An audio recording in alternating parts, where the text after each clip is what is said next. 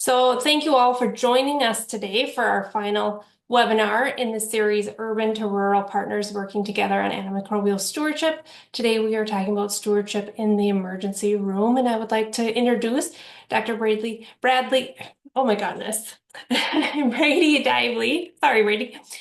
He is an emergency medicine clinical pharmacist that has been working at Sanford Medical Center for almost 3 years. He has helped implement various antimicrobial stewardship interventions, such as the pharmacist culture callback protocol and usage of dalbavancin for acute bacterial skin and skin structural infections. So thank you for joining us today.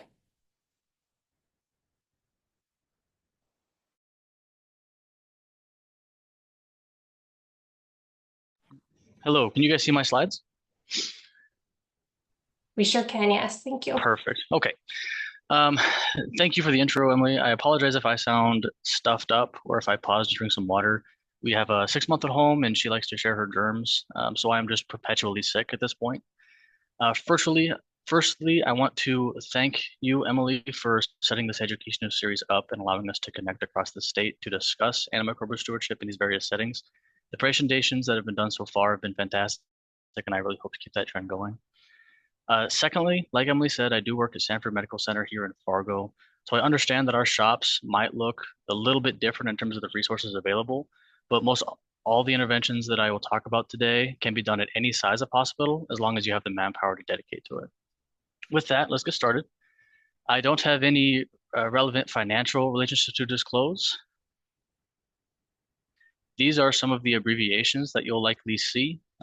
Being that I'm assuming most of you or all of you work in healthcare, you've likely run across these before. So I'm going to assume that you can kind of go through it with me.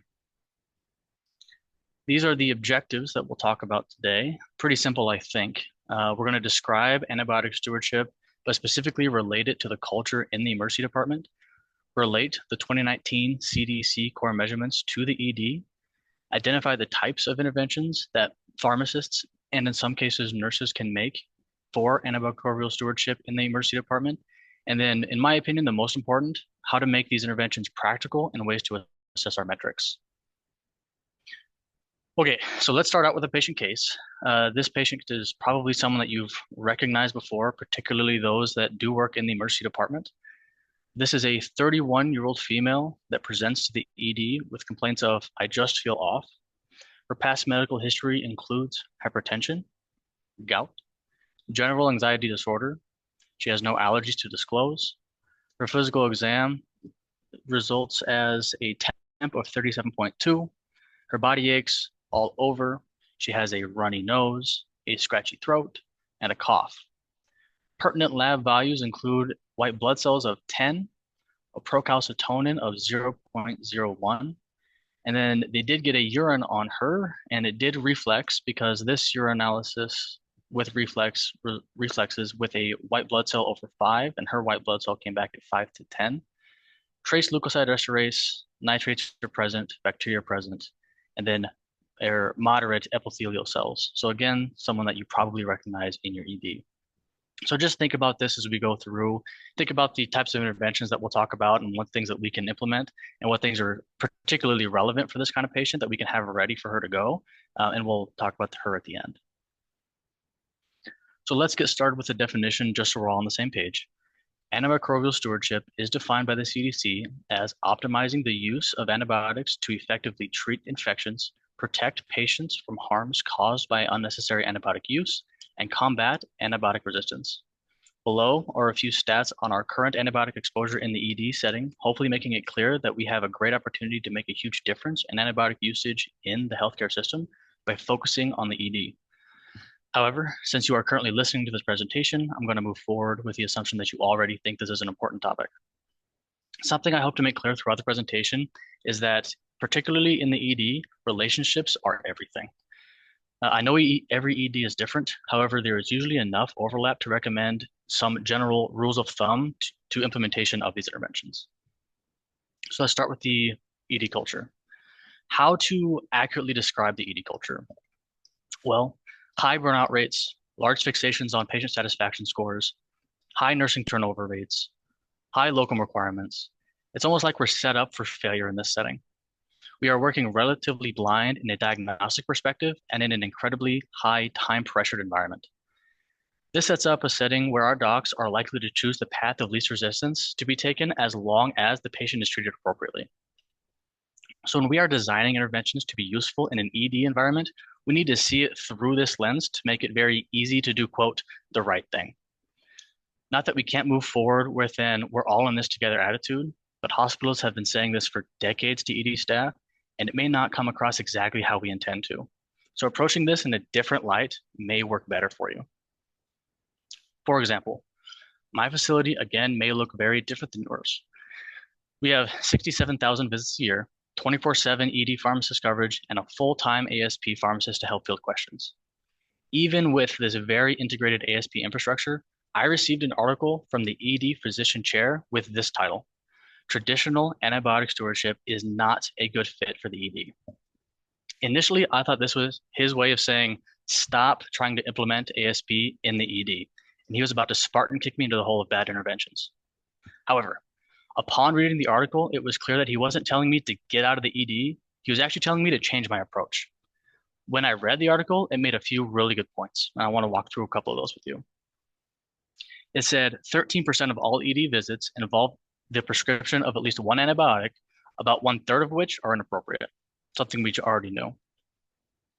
The ED's fast pace, crowding, and time constraints often necessitate quick decision making, and shift scheduling and high rates of physician turnover are also challenges because they limit the durability of educational initiatives alone. In the ED, throughput is essential. Anything that slows this down will be rejected in favor of medications or processes that speed up getting patients through. And a common approach to ED stewardship is to identify one common infection treated in the emergency department where the biggest opportunity exists. So this is, again, something where we need to have our lens fitted correctly to when we put through an intervention, we can make the biggest impact without affecting their throughput. If it affects their throughput, they're not going to want to do it. Thankfully for us, a lot of the front work has already been done by the CDC. The CDC core elements of ASP are adaptable to all hospitals, regardless of size. It focuses on 7 core elements. We won't discuss hospital leadership commitment for the sake of time, but just know that the CDC wants your management to be on board with ASP. Also, they're basically mandated at this point by our regulating bodies, so they have to care about ASP at this point. So don't have to worry about that one, thankfully. Essentially, accountability is focused on who should be in charge and therefore accountable for the implementation of an ASP program. The CDC recommends a multidisciplinary team, including physicians, pharmacists, lab, and nursing. This ASP team ideally would meet regularly to discuss new build and processes that help guide the direction of antimicrobial stewardship within the hospital. The reason I wanted to mention this is because if you don't have lab involved yet, get them involved. They are very helpful. There is good data showing that commentary on culture results lead to a change in prescribing in both inpatient and outpatient settings, as well as stopping the reporting of certain sensitivities. Things like commentary such as likely to represent colonization or contamination, or this bacteria is likely susceptible to penicillin, can make a huge difference in culture follow-up as well as empiric coverage decisions. It also helps further the education that our providers have when ordering antibiotics or interpreting cultures.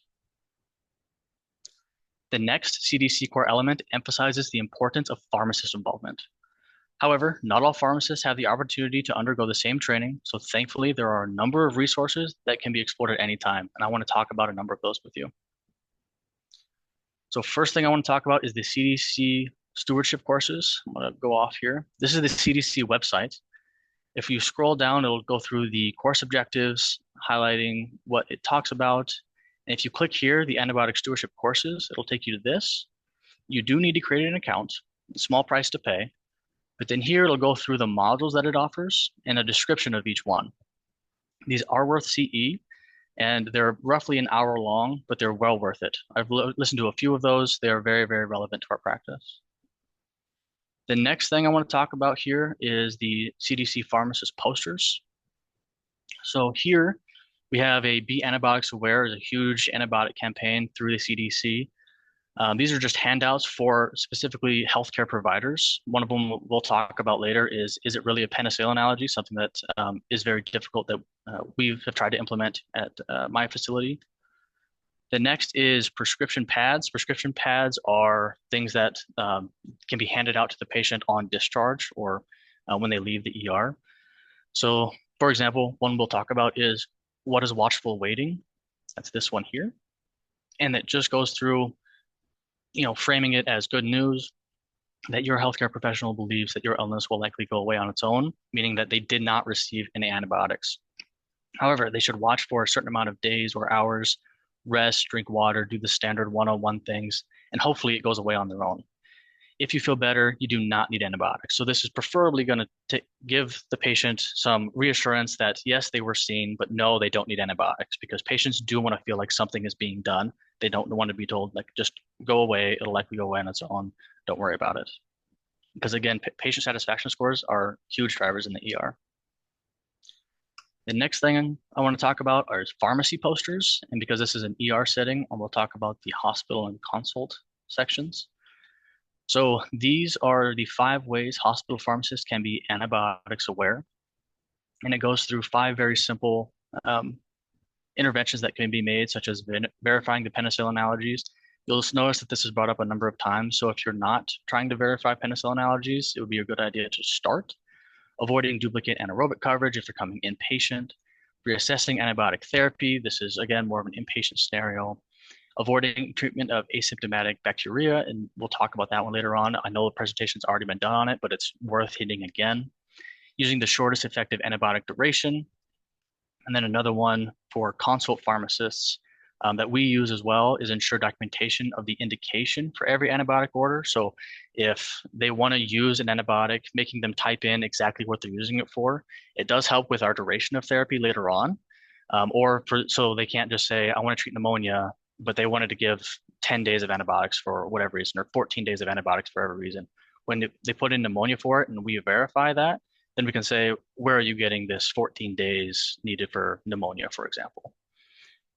And then improving fluoroquinolone prescribing practices is the other unique one I wanted to mention here. Another one I wanted to talk about is ASHP.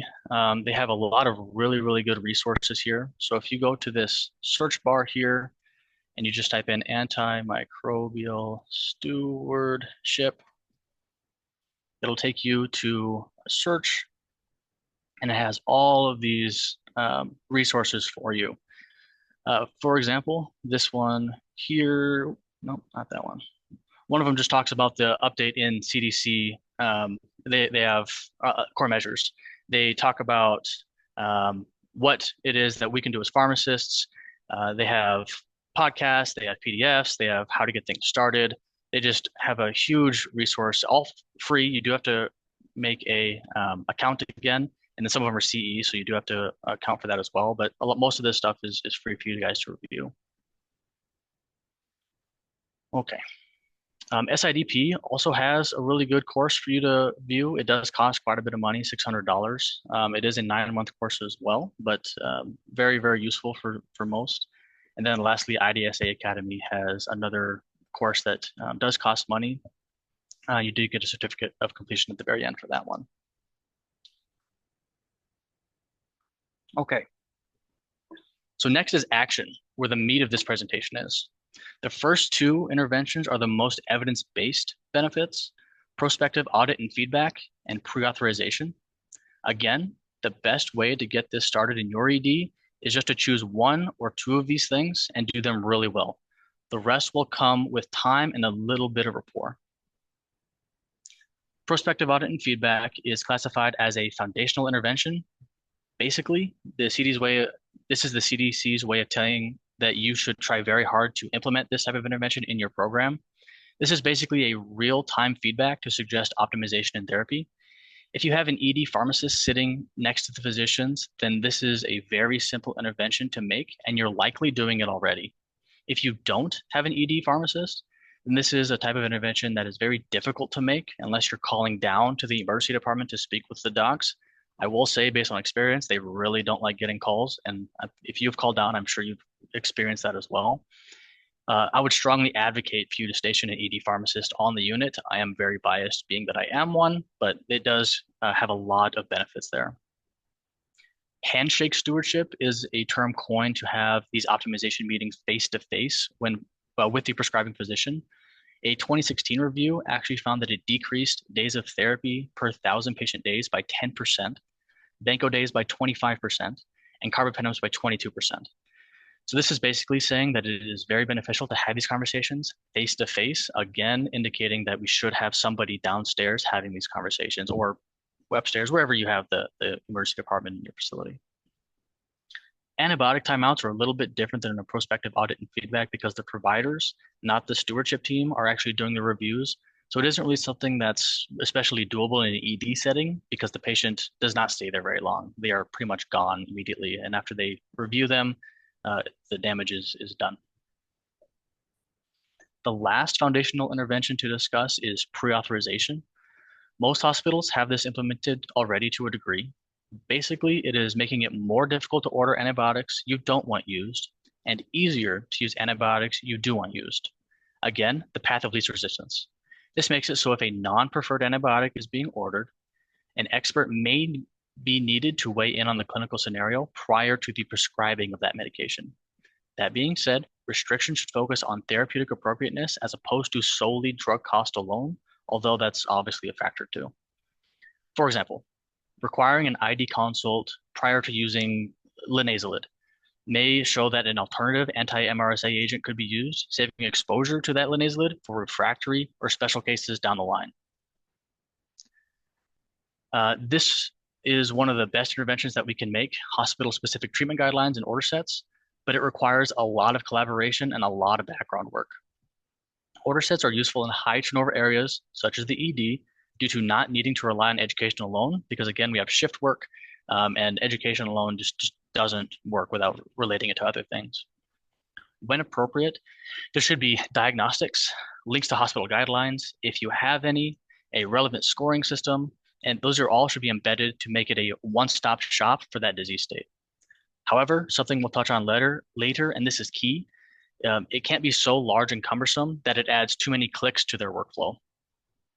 Adding something like a viral infection section into these order sets can actually prompt them into considering non-bacterial sources, avoiding antibacterials altogether, and opting for your over-the-counter treatments, such as Tylenol, ibuprofen, guaifenesin, etc. One of the key pieces I would encourage for you is actually embedding discharge scripts on these order sets. This will make the order set all the more appealing, and in some hospitals, this is the only reason that ED physicians report even using these order sets, is because, again, less clicks. Having a hospital-specific order set can take into account all of the local quirks that your health system deals with, such as local susceptibilities, hospital formularies, and your specific population. If you already have order sets in place, review them. Do you need that urine culture on the agitation order set? Probably not. There are always streamlines and optimizations to be made. As mentioned before, finding one disease state and focusing your resources there will set up a smoother transition into introducing ASP into the ED rather than throwing everything at them all at once. The CDC and IDSA Choosing Wisely campaign focuses on these three disease states: CAP, UTIs, and skin and soft tissue infections, or ABSSSIs. For CAP, avoiding treatment with a negative strep test, or even avoiding strep tests altogether by using a scoring system such as the mCenters score, avoiding treatment with bronchitis without risk factors, avoiding pseudomonal, MRSA coverage. If wanting MRSA coverage still, to consider a procalcitonin and or MRSA swab for rapid de-escalation, calculating a drip score and limiting duration for 5 days. These are all very simple interventions that we can make. Also, as a side note for the procalcitonin, my facility, depending on the physician, still uses CRPs alone to determine if they have an infection. There's, again, very good data. There's more and more guidelines coming out saying that CRPs alone are not good indicators for infection. So try to move into the procalcitonin route if you need some type of laboratory diagnosis or helpful indicator if somebody has a bacterial infection. So hopefully you start to move away from the CRP realm. For UTIs, which is probably the most common infection that we see in the ER. Avoiding asymptomatic bacteria is crucial. Symptoms consistent with the UTI, as mentioned in other presentations, but again, worth mentioning here, urgency, frequency, dysuria, suprapubic pain, flank pain, pelvic discomfort, acute hematuria. For patients with urinary catheters, avoid obtaining urine cultures based solely on cloudy appearance or foul smell in the absence of signs and symptoms of UTIs. We all have that story, if you work in the ER, of a nurse coming out of a room with a patient that has a urinary catheter saying, look at this urine, it looks disgusting. I need to send it for culture. It smells gross. That patient always, that culture is always going to get sent. It's always going to come back positive. They're always going to get antibiotics that they don't need. Non-specific signs and symptoms such as delirium, nausea, and vomiting should be interpreted with caution because they have low specificity for UTI by themselves. A UA, if you're going to get one, has a decent negative predictive value if no pyuria or leukocyte esterate is present, but it doesn't say much if those components are present. UTIs are not a laboratory diagnosis. It is a clinical diagnosis, and there is a lot of scrutiny for UA reflex to culture labs due to way over-culturing asymptomatic bacteria, and you should consider at least raising the reflex cutoff to higher than 5 to 10 white blood cells in the UA. There's a few good articles on that if you're interested later, I can send those to you. For skin and soft tissue infections, this one's a little bit harder. Avoiding overly broad coverage is the best intervention that we can make so far. Unless you're there at bedside or asked to weigh in on a clinical scenario, or if you have a MAR that allows for pictures to be put into the chart, you're likely not going to see this wound. So this one's a little harder for us to make these simple interventions outside of ensuring that we're not overly broad and that durations are not more than 5 days in most cases. Another really neat intervention that is becoming more popular and made in the ED is the watch and wait protocol, otherwise known as delayed antibiotics. Essentially, this is where we provide a prescription at discharge, but telling the patient to not take it unless symptoms persist for X amount of time. The most study time is 48 hours. This is a Cochrane systematic review that looked at this type of intervention with 12 studies and roughly 4,000 patients. Unsurprisingly, the delayed antibiotic group resulted in less antibiotic usage than the immediate antibiotic group without prolonging symptoms in most cases. And the delayed regimen was actually preferred to the no antibiotic regimen in patients' satisfaction surveys. So something that we expected.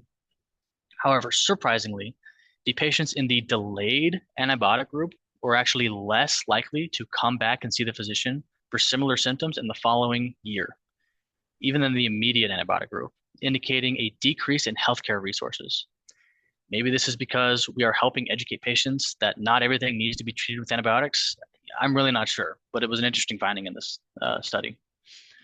Most places with protocols like this do provide this prescription to discharge as it helps with patient satisfaction scores, but in an ideal world, they would actually leave without a prescription and be followed up at a later date, for example, when 48 hours has passed. Since the ED has a large focus on patient satisfaction scores, this intervention can be safely made with data supporting these scores will not decrease. Our patients want to feel like something is being done, and this is something that the ED is acutely aware of.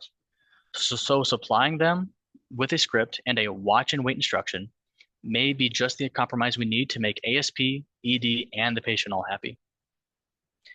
In 2024, the European Society of Clinical Microbiology and Infectious Disease recommended watchful waiting as a good alternative to actually prescribing antibiotics for lower respiratory tract infections without pneumonia, COPD, and then uncomplicated diverticulitis. So this is really gaining traction. We've started it as one-on-one discussions with the providers at my facility, but this is not a general culture that we have built up yet. The culture callback CPA is one of the most labor-intensive, but also one of the most rewarding interventions to be made in the ED. This type of CPA involves the pharmacist or trained nurse following up on a culture that results after the patient is discharged from the ED. The person reviewing the culture will determine whether or not further intervention needs to be made. If you don't have one of these protocols, then more than likely the physician is actually having to follow up on these cultures, and they would be very likely appreciative if you could take this off of their plate. How I got this through my facility is we presented it as, hey, you're getting these interruptions because these cultures are coming back, and then we're having to talk to you about prescribing or changing therapy. Can we take these off of your plate? And I didn't get any type of criticism. All I got was a thank you for even thinking about this. So this is a huge protocol that can be made that works across the board. To clarify, this is not something that has to be done by pharmacists. It is important that we are involved from an ASP perspective, but this has been proven safe and effective when nurses are trained appropriately too. This is the first portion of the culture callback CPA at my facility. It outlines how we receive cultures that resulted in the ED via an inbox message, then the process for what to do if we determine an intervention is needed, and how to contact the patient, plus or minus the treatment team if so. I won't go over it in detail, but if you have any specific questions about a protocol like this, feel free to reach out to me after the presentation, and I'd be happy to answer any questions that you have. Changing the automated dispensing cabinet inventory is exactly as easy as it sounds, making it easy to order medications you prefer and harder to order the medications you don't. For example, keeping ceftriaxone available in the ED for CAP while keeping levofloxacin in central pharmacy is a key intervention. Next, you can consider starter packs. These are packets of 1 to 2 days worth of a medication labeled for outpatient use, stored and ready to be dispensed in the automated dispensing cabinet. The nurse just needs to write the patient's name, date, and obtain the physician's initials on the label, and it's good to go. Having more medications batched and put in the ADCs decreases IV room burden and importantly cuts down on time to antibiotics, and therefore helps with throughput in the ED. Again, a very key component on whether an intervention will fail or pass in this setting. This also helps with meeting our septic matrix, which we'll talk about as well.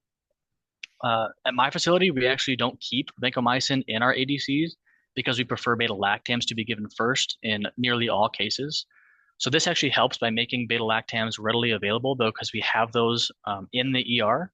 So the nurse can go and grab that when they see a medication is due now, but they have to wait for that Vanco to be sent from central pharmacy.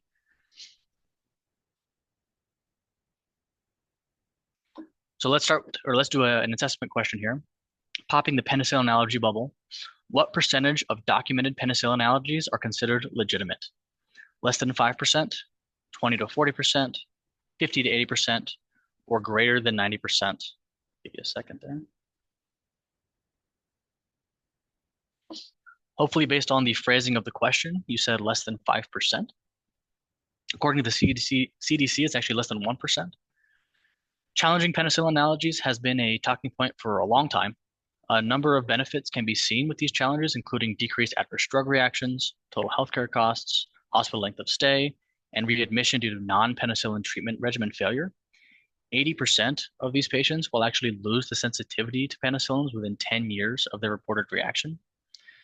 The real logistical issue we come across is dedicating the manpower to challenge these allergies, since it is by far the most common allergy we come across.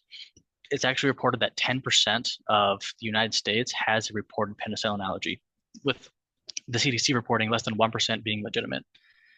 Thankfully, though, not every allergy needs to be challenged with a skin or PO challenge. Again, this is a snippet from the protocol from my facility we came out with in this last year. We actually start with identifying a patient with a penicillin allergy.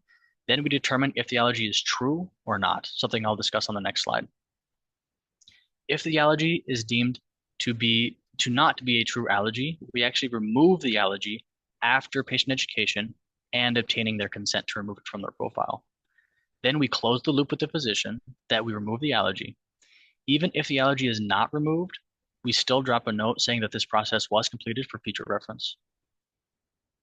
The allergy assessment we complete is seen here. Based on the answers to these 5 questions, we choose one of the 4 recommendations at the bottom, ranging from using a beta-lactam antibiotic to PO challenges, IV desensitizations, and just avoiding the beta-lactams altogether. Again, if you want more specifics on this process, feel free to reach out to me after the presentation, and I'd be happy to talk you through that. An important metric that we look at in the ED is our antibiotic timing, particularly in septic patients.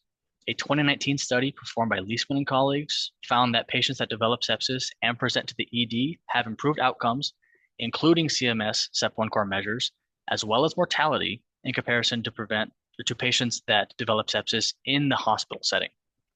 So ER is very good at treating sepsis for now. As of 2024, the CMS SEP1 core measures have been included in the Hospital Value-Based Purchasing Program fiscal year 2026, meaning that these metrics will actually be tracked for reimbursement purposes. It also means that missing these metrics can lose us money, similar to CLABSI and CODI rates. Compliance with the CMS core measures have been associated with a reduction in 30-day mortality, so it is important that we are on the ball with these types of interventions. Having some sort of pharmacist education to recognize and prioritize septic patients' antibiotics can help improve these metrics, including timing antibiotics around cultures.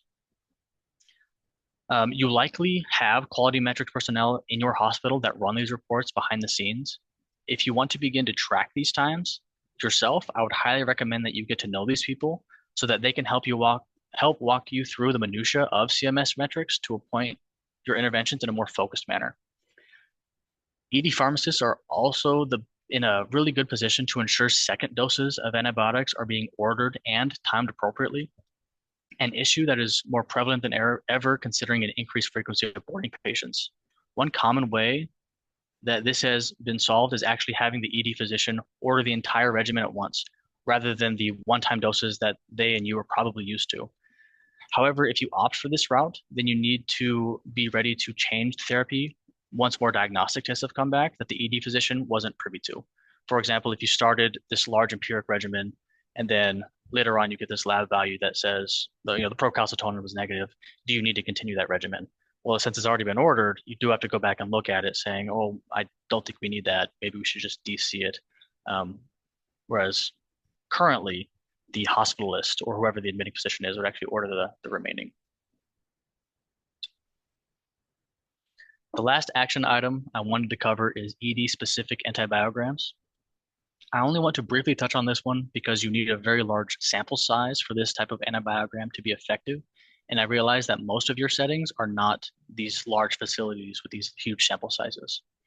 However, should you somehow have enough cultures to put together an antibiogram, it can be used to help tailor antibiotics and decrease failure rates, given you're accounting for local resistance rates. Just something for you to consider. Okay. Again, when making these interventions in the ED, they need to be sold with the lens of making things easier and faster. For example, new order sets equals less clicks from ordering everything ad hoc. Culture callback protocols equals less interruptions from ED staff or following up after your shift is over. Changing the ADC inventory equals faster throughput. Penicillin allergy challenges can lead to simpler treatment regimens, lower treatment failures, leading to less readmissions. Better sepsis times equals better metrics equals better or less emails. One of the best quotes that I've heard in the ED that exemplify this point is this: as long as I've worked here, an upgrade has never resulted in less clicks. And I felt that to my core. And it really makes it apparent to me that they're happy to do these types of interventions, but it needs to be easier. If you can tie these interventions to things that matter the most in this setting, then the chances that they will be successfully implemented will be drastically higher, since you'll likely have some physician champions on your side. You can't improve what you don't measure. It's one of my favorite quotes and is relevant in this setting too. It is very important for you to track your interventions and measure success using the correct measurements. Don't get discouraged. You didn't change the world with these interventions, but know that either way, these interventions are a step in the right direction. I apologize for the small slide, but this is a snip of the various pharmacist interventions that are commonly made at my facility. By far, the most common intervention is discontinuation, meaning stopping the use of an antibiotic when it is not indicated. This includes mostly asymptomatic UTIs and uncomplicated skin and skin structure infections. Ironically, initiation is the next most common intervention, as we are consulted frequently to determine which antibiotics would be appropriate in certain settings. The others are allergy clarifications, alterations in dosage, requiring or preventing cultures from being drawn, Escalation or de-escalation from an ordered antibiotic, standard drug information, recommending ID consult, and the standard IV to PO therapy, since it has been shown time and time again that we don't need to give patients a ×1 IV antibiotic just because they're in the ED. It doesn't help. It only hurts ED throughput. So let's all work together to move this type of intervention into the history books because we don't need to give patients just one-time doses since they made the trip to the ER. These are some other metrics that your health system is likely tracking already, but may not be readily available to you. I'd recommend obtaining the access to these reports if you want to become active in antimicrobial stewardship at your facility. Some of these are more relevant to the ED than others, and you should pay most attention to the ones that you expect to go down via the interventions that you have already made in the ER. For example, if the only intervention that you have been able to make is changing the ADC inventory, then you shouldn't expect C. diff rates to be vastly different. Although admittedly, if you do make it so clindamycin is less used because of it, you may see some lower C. diff rates. Reporting is another key component of the CDC core elements.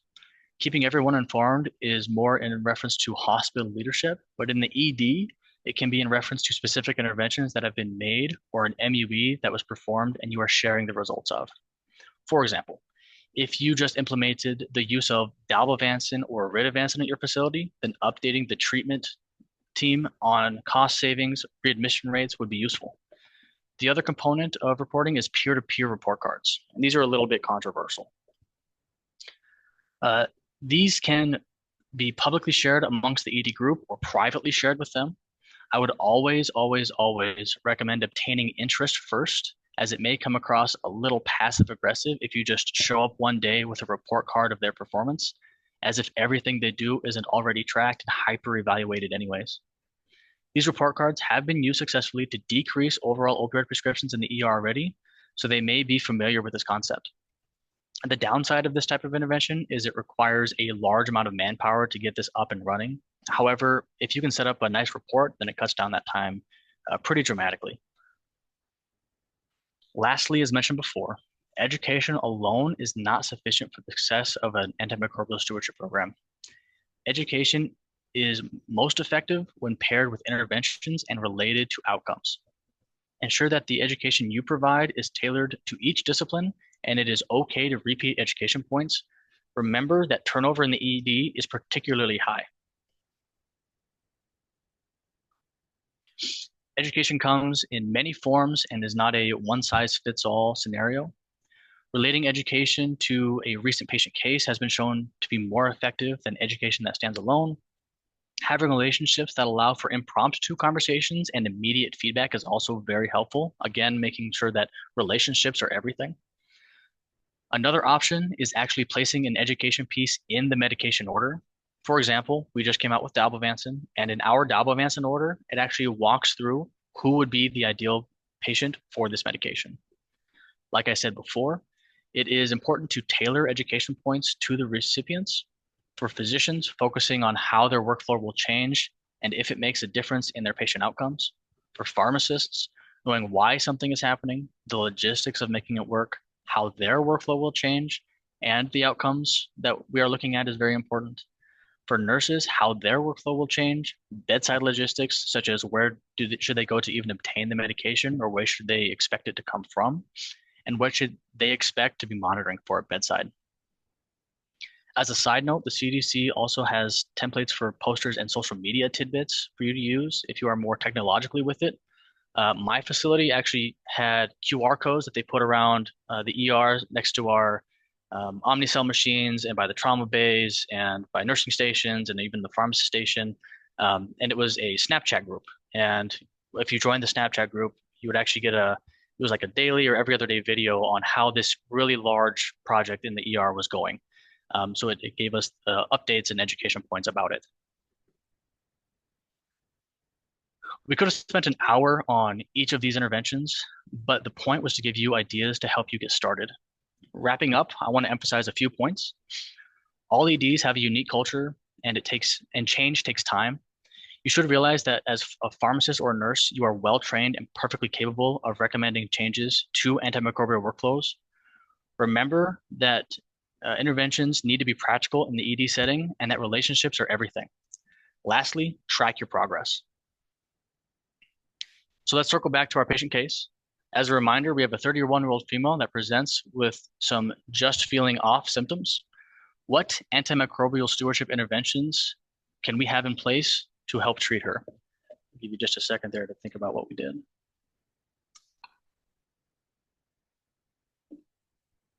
Okay, so let's split it up. Before the decision was made to treat, we could have removed the urinalysis with reflex to culture versus increasing our white blood cell threshold to above 10, which would not have reflexed a culture off this urinalysis. We could have an order set with a viral etiology drop-down option to remind the physician saying, hey, maybe this actually isn't antibacterial, or this antiviral option is right here if you just want to click down and click those Tylenol, ibuprofen, guaifenesin, those kinds of things to help this patient through. If moving forward with treating with antibiotics, we could have a culture of delayed antibiotics in our ED, an order set with calculators and empiric treatments reflecting our local antibiogram. So if they do pick an antibiotic, it will be a narrow or preferred antibiotic that we choose. Having those discharge scripts already embedded so that we also control the length of therapy that that patient is receiving on that outpatient script. Having a starter pack in the ADC to actually improve throughput. And then after discharge and beyond, our culture callback process to follow up once our culture results. So if they did report a symptom that is concerning and it did come back with a positive culture, that we can actually follow up with that. And then having peer-to-peer report cards. Again, it is key. Do not just come out with peer-to-peer report cards. Ask for interest first. The last things I want to leave you with for you to review on your own time are a few resources. The CDC has a ton of tools that can be used in any setting, and I would highly encourage for you to start here in the ER as well. Another resource I would recommend is actually the SIDP Breakpoints podcast. Very, very intelligent people on there. These are just some other resources from the CDC just for your reference. Again, just on the CDC website, if you just type in CDC antimicrobial stewardship, all of these are multi-page documents talking you through how to implement these kinds of things. These are a couple of my interventions, and I'm ready for questions whenever you are.